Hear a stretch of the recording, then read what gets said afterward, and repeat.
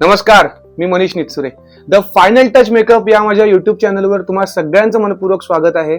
आपण रिसेंटली मागच्या शुक्रवारी एक व्हिडिओ केला होता की मेकअप आर्टिस्टचा स्क्रिप्टशी काही संबंध आहे का किंवा मेकअप आर्टिस्टना स्क्रिप्ट लागते का, या गोष्टीवर आपण व्हिडिओ केला होता आणि तुम्ही सगळ्यांनी त्या व्हिडिओला चांगला प्रतिसाद दिला आहे. माझ्या युट्यूब चॅनलच्या कमेंट बॉक्समध्ये तुम्ही छान छान कमेंट्स केल्या आहेत. सो तुम्हाला हा व्हिडिओ नक्कीच आवडला आहे असं मला वाटतंय. आजचा जो आपला विषय आहे तो पण फार महत्वाचा आहे. आजचा आपला विषय असा आहे की थिएटरचा मेकअप आणि कॅमेराचा मेकअप याच्यामध्ये काय फरक आहे. स्टेजचा मेकअप असेल आणि कॅमेराचा फरक, म्हणजे चित्रपट असेल, सिरियल असेल, काही असेल, सगळ्याचं माध्यम हे कॅमेराच आहे. त्यामुळे कॅमेरा आणि स्टेज याच्यामध्ये काय फरक आहे तो आपण बघणार आहोत. तर बघा, साधारण थिएटरचा मेकअपचा जर आपण विचार केला तर एखाद्या नाट्यगृहामध्ये साधारण 1000 लोक बसू शकतात, एवढी एखाद्या नाट्यगृहाची कॅपॅसिटी असते. तर 1000 लोक बसू शकतात त्या नाट्यगृहामध्ये आणि शेवटच्या लाईनीमध्ये बसलेला जो माणूस असतो सो त्याला सुद्धा समोर परफॉर्मन्स करणाऱ्या आर्टिस्टच्या चेहऱ्यावरचं एक्सप्रेशन दिसणं फार गरजेचं असतं. सो त्याच्यासाठी थिएटरचा मेकअप जो असतो तो कायम लाऊड केला जातो.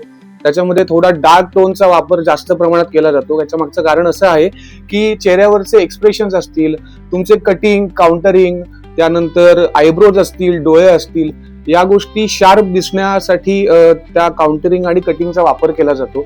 सो जेव्हा थिएटरचा मेकअप केला जातो तेव्हा स्टेजवर लाईट्स कोणत्या प्रकारचे आहेत, त्यानंतर कोणत्या ब्लॅकआउट नंतर कोणता लाईट ओपन होणार आहे, या सगळ्या गोष्टी बघणं फार गरजेचं असतं. कारण वेगवेगळ्या प्रकारचे लाईट्स असतात स्टेजवर.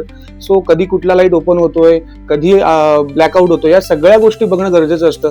त्यामुळे थिएटरचा मेकअप करताना या सगळ्या गोष्टी महत्वाच्या आहेत. सो आता आपण जर कॅमेराचं माध्यम बघितलं तर कॅमेराचं माध्यम हे फार वेगळं आहे. कारण जेव्हा एखाद्या आर्टिस्टचा क्लोज लागतो किंवा कॅमेऱ्यातनं आपण एखादी गोष्ट जेव्हा शूट करतो तेव्हा कॅमेऱ्याच्या ज्या काही टेक्नॉलॉजी आहेत, आधुनिक लेन्सेस आहेत, या सगळ्या गोष्टीमुळे काय होतं, चेहऱ्यातील जे काही बारकावे असतात ते फार स्पष्टपणे दिसतात. त्यामुळे कॅमेऱ्याच्या समोर जर मेकअप करायचा असेल तो खूप natural, subtle and no makeup look अशा प्रकारे आपल्याला मेकअप करावा लागतो. कारण काय होतं की काही वेळेला कॅमेरामध्ये टेक्नॉलॉजी पण वेगवेगळी आलेली असते. त्यामुळे आपल्याला ज्या गोष्टी डायरेक्ट अशा डोळ्यातनं नाही दिसत त्या कॅमेरामधनं खूप वेगळ्या दिसतात. त्यामुळे तिथे आपल्याला मेकअप करायचं कस खूप जास्त प्रमाणात लागतं. त्यामुळे तशा प्रकारे मेकअप तिथे केला जातो. त्यामध्ये असं असतं की मेकअपचा वापर फार कमी पण ऍप्रोप्रिएट करणं गरजेचं असतं. कारण आपल्याला एक टास्क असतो की चेहऱ्यावर मेकअप तर नाही दिसला पाहिजे, पण तो ऍक्टर जो आहे तो त्या कॅरेक्टर प्रमाणे दिसणं गरजेचं असतं स्क्रीनवर.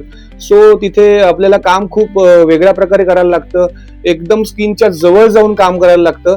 आणि मेकअपचं सामान कमी असं नाही म्हणणार, पण जेवढं सामान लागणार आहे तेवढं व्यवस्थित वापरून काम करणं गरजेचं असतं. सो हा फरक आहे स्टेजचा मेकअप आणि कॅमेरा समोरच्या मेकअप मध्ये. सो तुम्हाला हा व्हिडिओ कसा वाटला तुम्ही मला नक्की सांगा. हा व्हिडिओ पूर्ण बघा आणि द फायनल टच मेकअप हे जे माझं चॅनल आहे ते जर तुम्ही सबस्क्राईब नसेल केलं तर लवकरात लवकर सबस्क्राईब करा, म्हणजेच नवीन व्हिडिओचे नोटिफिकेशन तुमच्यापर्यंत पोहोचत राहतील. आणि हा व्हिडिओ नक्की बघा, तुम्ही कमेंट्स करा आणि सगळ्यात महत्वाचं याच्यानंतरचा व्हिडिओ तुम्हाला कोणता ऐकायला आवडेल तुम्ही मला नक्की सांगा. आपण तो विषय घेऊन तुमच्यासाठी एक वेगळा व्हिडिओ नक्की करूयात. तोपर्यंत बघत राहा the final touch makeup. Thank you, bye bye.